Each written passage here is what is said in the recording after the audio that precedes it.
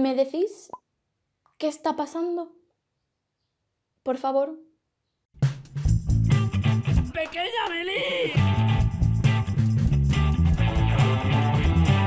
Yo no entiendo qué pasa últimamente, no entiendo qué nos está haciendo toda esta cuarentena, pero el caso es que hace poco ha empezado a haber un revival, un renacimiento, una vuelta apoteósica de la saga Crepúsculo, no entiendo por qué, pero oye, yo estoy feliz, o sea, yo sé que a mí había algo que me faltaba en mi vida, algo había que no funcionaba, sobre todo ahora que estamos encerrados, no podemos salir, pero no sabía que era la saga Crepúsculo y de repente todo el mundo está volviendo a hablar de la saga en Twitter, la gente se está volviendo a ver las películas, hay gente subiendo un montón de vídeos a YouTube sobre la saga Crepúsculo, o sea, yo no entiendo qué está pasando.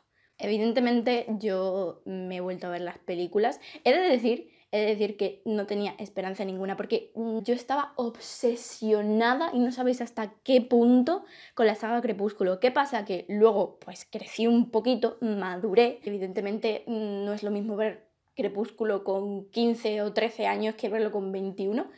Y yo sabía que iba a pasar bastante vergüenza ajena, pero me tenéis que ver a mí, los 15 primeros minutos ya de la película, que digo 15, los 3 primeros minutos ya así. Es apasionante, es romántico, Edward Cullen es un tío perfecto. Por cierto, hay gente hasta que se ha vuelto a leer los libros, que eso ya es compromiso, ¿eh? Y nada, que me he vuelto a obsesionar.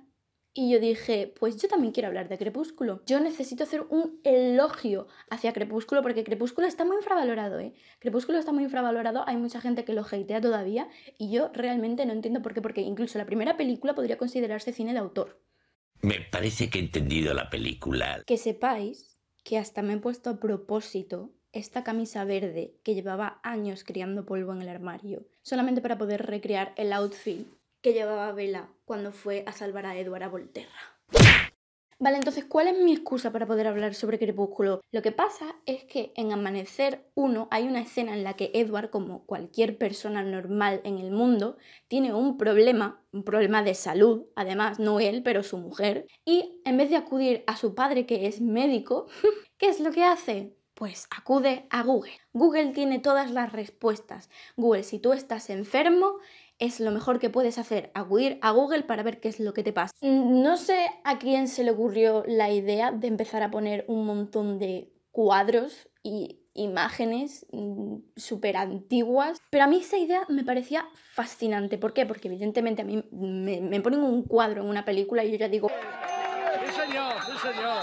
Y claro, lo que pensé es, a ver, Lucía, ¿tú realmente qué cuadros hubieras puesto ahí? Yo, como buena fan, me puse a investigar. Vale, lo que vamos a hacer va a ser una revisión del mito del vampiro a lo largo de toda la historia, desde la antigüedad hasta más o menos la actualidad. Y vamos a ir ejemplificando un poquito con algunas obras de arte para ver qué os parecen. Drácula, Drácula, Drácula. Vale, la iconografía vampírica es muy variada, ya que aparecen muchas culturas y de formas muy diferentes que no tienen nada que ver con el mito del vampiro que conocemos hoy día, pero que poco a poco han ido conformando ese estereotipo que ya conocemos. El caso es que siempre han sido considerados durante toda la historia como criaturas demoníacas, seres perversos y destructivos. Vale, nos vamos a ir a lo más antiguo que tenemos, que es el Antiguo Egipto. En el Antiguo Egipto tenemos a una diosa que se llama Sekhmet. Es una divinidad guerrera que está bajo el mando de Ra. Ra en un momento le encargó que reprimiera las rebeliones de los hombres contra los dioses. Y ella, al beber la sangre derramada, obtuvo tal placer que se volvió insaciable, llegando casi a exterminar a toda la raza humana. Alerta, neófito descontrolado. Pronto formó a pasar parte del panteón egipcio como una diosa de la guerra y de la venganza. Y como culto se le ofrecía la sangre de animales sacrificados, o sea, otra vegetariana. La iconografía de esta señora es súper chula y además es muy reconocible. Tiene el cuerpo de mujer, la cabeza de león por su ferocidad y además está coronada con el disco solar. También aparece el Uro, que seguramente lo conocéis por la máscara de Tutankamón, que es esta serpiente que aparece aquí en la frente. De vez en cuando también tiene el Ankh, que es esta cruz que conocéis también, que es muy típica de Egipto. Y como otros atributos opcionales también puede llevar una flor de loto o una flor de papiro y además puede ir cargada de flechas. Si está policromada, incluso sus ropas pueden ser de color rojo debido a la sangre. Vale, ahora nos vamos al Próximo Oriente y en el Próximo Oriente tenemos a Lilitu, la reina de la noche. ese tipo de reina. Esta criatura es un tipo de demonio mesopotámico que también atormenta a los hombres durante el sueño para seducirlos, es decir, ya tenemos algunas características muy importantes de todo este mito del vampiro, que es la seducción como arma y la noche como hábitat. Algunas fuentes dicen que era como el lado negativo de la diosa Ishtar, que es una de las más importantes del panteón mesopotámico, y muchos creen que es la que aparece retratada en el relieve de Burni, que es el que aparece aquí. Pero realmente esto no está consensuado, hay mucha gente que cree que es otro tipo de diosa o incluso la propia Ishtar, pero el caso es que tenía poderes siniestros y uno de sus atributos era la lechuza, por lo que se cree que podría ser ella. Vale, ahora nos vamos a ir al mundo clásico. Ya sabéis que el mundo clásico está plagado de mitología. Y durante la antigüedad grecorromana se crea todo un catálogo inmenso de criaturas monstruosas que incluyen serpientes, esfinges, arpías, tringes, gorgonas, incluso las figuras de Lamia y Empusa.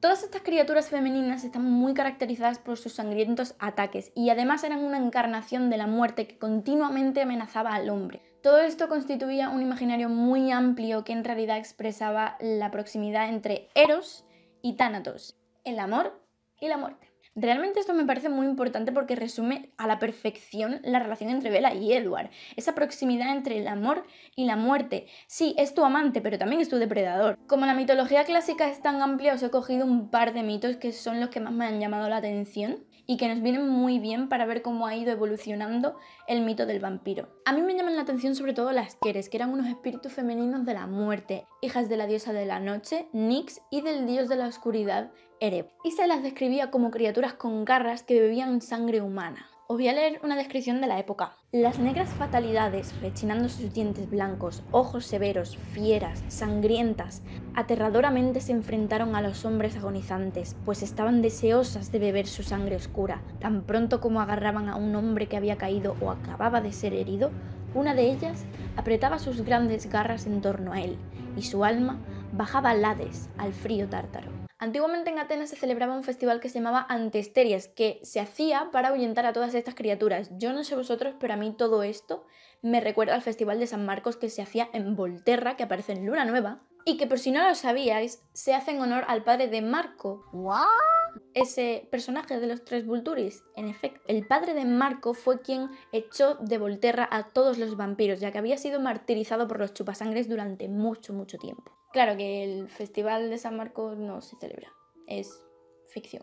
Después está el mito de Lamia, que Lamia era una reina de Libia que, bueno, como ya sabéis que es la mitología clásica, se lió con Zeus, su esposa Hera se enfadó un poquito y la castigó. ¿Y con qué la castigó? Matando a todos sus hijos enfrente de ella y obligándola a mirar. Su envidia por otras madres la condujo a matar a esos niños y beber su sangre. Al principio tan solo era por dolor y rabia, pero con el tiempo se convirtió en su única manera de sobrevivir. Vampire. Un vampiro. Llegamos a la Edad Media. Durante la Edad Media lo que el cristianismo hace es adoptar muchos de estos mitos, de estas leyendas y esas criaturas paganas a su propia tradición, convirtiéndose así en enemigas de la moral cristiana, de la moral religiosa y en personificaciones del pecado. Pero durante esta época se introducirán dos demonios que serán muy importantes para la evolución del mito del vampiro: el íncubo masculino y el súcubo femenino. Estos demonios en tradición popular seducían a su víctima para alimentarse de su energía durante la cópula, en muchas ocasiones mientras estaban dormidas, y se les consideraba seres fríos, y mantener relaciones con ellos podía incluso traer la muerte. Las víctimas vivían esta experiencia como un sueño sin poder despertarse. De ahí que los cuadros en los que normalmente se representan estas criaturas se relacionen con la parálisis del sueño, lo cual da mucho miedo. Si una mujer quedaba embarazada, daría a luz un ser maligno con habilidades especiales. El íncubo, mientras tanto, succionaba la energía, la sangre, y de esa manera se mantenía vivo o se hacía más fuerte. Hay un caso, aunque ya mucho más tarde, en 1902, de asesinatos en serie de mujeres que achacaron precisamente a esto, y os voy a leer la descripción que dieron del asesino. Ojos de color miel, cuerpo seductor, una sonrisa hermosa y en la mano una pulsera de acero que lo ata al mundo mortal. Yo creo que a mí me acaban de describir a Edward Cullen, ¿qué queréis que os diga? ¿Recordáis a Lilith de Mesopotamia? Bueno, pues esa historia derivó en la religión cristiana como la primera mujer de Adán, que no es Eva, fue Lilith. Lilith fue creada por Dios a su imagen y semejanza, justo igual que Adán, no vino de la costilla como Eva. Lo que pasa es que Lilith abandonó a Adán en el paraíso, huyó de allí y atormentó a los hombres como súcubo. Todos estos temas se volverán a retomar durante el siglo XIX, ya que los románticos miran al pasado e idealizan la Edad Media. Así que vamos a ver cómo en muchas obras de arte vuelven a aparecer todos estos temas. Nos vamos a ir al siglo XVI. Durante el siglo XVI se da una temática que también me llama bastante la atención y que podría encajar perfectamente en nuestro mito del vampiro. Es la temática de la doncella y la muerte, una temática que es una relectura de esa cercanía entre Eros y Tánatos. De hecho, es una temática que se extiende bastante durante el siglo XIX y el siglo XX. Por ejemplo, tenéis el cuadro que a mí me encanta de Henry Neville, que la verdad es que encaja bastante más en cuanto a representación con nuestra historia. Un apunte también muy importante es que con la llegada a América se descubrieron muchas especies que no se conocían hasta entonces en Europa. Una de ellas fue el murciélago vampiro y esto determinaría bastante el rumbo hacia el que se encaminaría el mito del vampiro durante los siglos siguientes. De hecho, durante los años 30 del siglo XVIII se hizo muy famoso internacionalmente un caso de un señor llamado Arnold Paul, que decía haber sido atacado por uno de esos vampiros. Poco después sufrió un accidente mortal, pero es que lo extraño es que al mes siguiente murieron 4 personas que en su último aliento aseguraban que habían sido atacados por ese Arnold Paul. Lo que decidieron las autoridades es desenterrar el cuerpo para comprobar que seguía allí. Y así es, encontraron el cuerpo, lo que pasa es que encontraron un cuerpo incorrupto y lleno de sangre. Vampire. Así que lo que hicieron fue desenterrarlo, sacarlo de la tumba, atravesar su corazón con una estaca, quemarlo y lo mismo hicieron con sus víctimas para que no se convirtieran también en un vampiro. Esto también es muy importante porque establece dentro del mito otra característica que es muy común, que es la transformación por mordedura.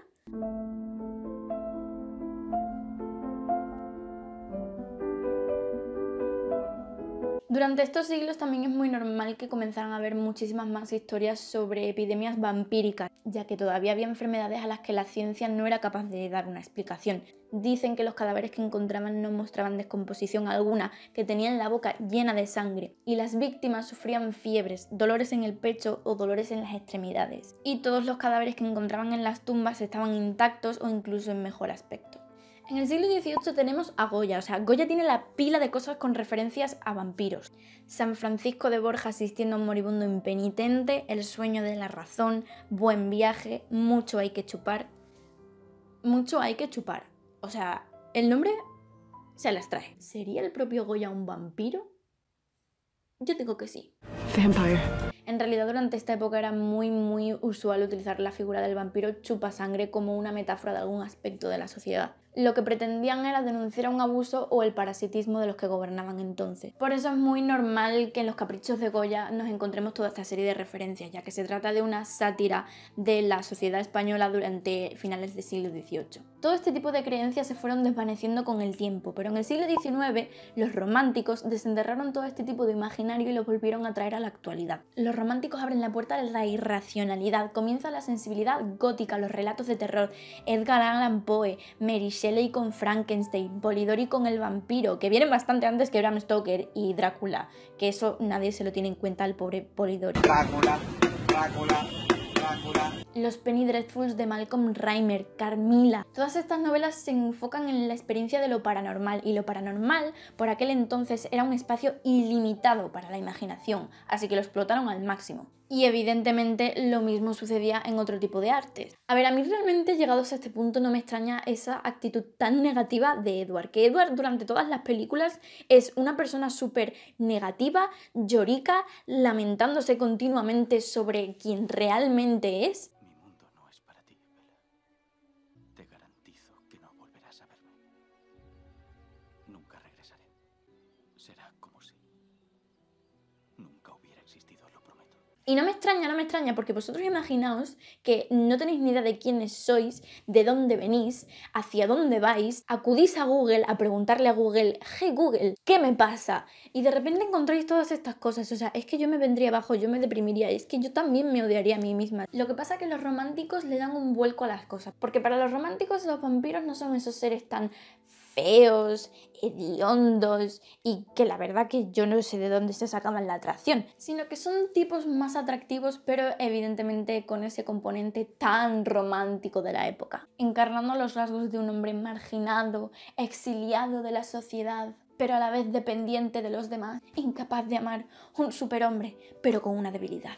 En serio, es que No me extraña que el pobre de Edward fuera un penas después de todo esto. Muchos artistas se dedicaron a ilustrar todas estas novelas que os he mencionado antes, pero había también otros muchos que se dedicaron a realizar cuadros independientes con todas estas temáticas. Lo que pasa es que los cuadros sí que suelen tener una búsqueda de esa crítica social de la que ya hablábamos con Goya. Uno de mis cuadros favoritos, sin tener yo ni idea de la historia que hay detrás de él, es El vampiro de Edvard Munch, porque me transmite una ternura impresionante. O sea, ahí yo sí que me imagino un pobre vampiro, una criatura que no puede escapar de su naturaleza, que el mundo lo ha condenado, pero que él realmente no quiere ser así. Y entonces su amante humana lo único que puede hacer es consolarle. O sea, ese cuadro sí que merece ser portada de Crepúsculo. Otro cuadro que también me encanta es el de los vampiros vegetarianos de Remedios Varo. O sea, ese me parece fabuloso. Es como el siguiente nivel de vampiro vegetariano, de ir a una cafetería y pedirte un buen batido de sangre vegana y disfrutar con tus colegas vampiros y todo súper bien visto por la sociedad. Y por último, el que sí que creo que merecía estar sí o sí en esa escena en la que Edward buscaba en Google qué le pasaba a Bella, es el de William Bouguereau, por su enorme dramatismo. O sea, es que no encuentro cuadro más dramático que ese, más violento, más... A mí me lo revuelve todo. Y hasta aquí el vídeo de hoy, espero que lo hayáis disfrutado muchísimo. Espero que os haya vuelto a surgir esa chispa con Crepúsculo. Yo la tengo más viva que nunca, ya os lo digo. Espero que hayáis aprendido un poquito y ya sabéis que si os ha gustado le podéis dar me gusta, os podéis suscribir o me podéis incluso seguir en otras redes en las que tengo un poquito de más actividad que aquí. Y por favor, dejadme en comentarios vuestra experiencia con la saga Crepúsculo en vuestra adolescencia, si habéis vuelto a retomarla, qué cuadros os han gustado y que de verdad merecían estar en esas escenas. Si conocéis otros cuadros, que pues me encantaría leer eso. Y nada, que nos vemos más tarde que pronto.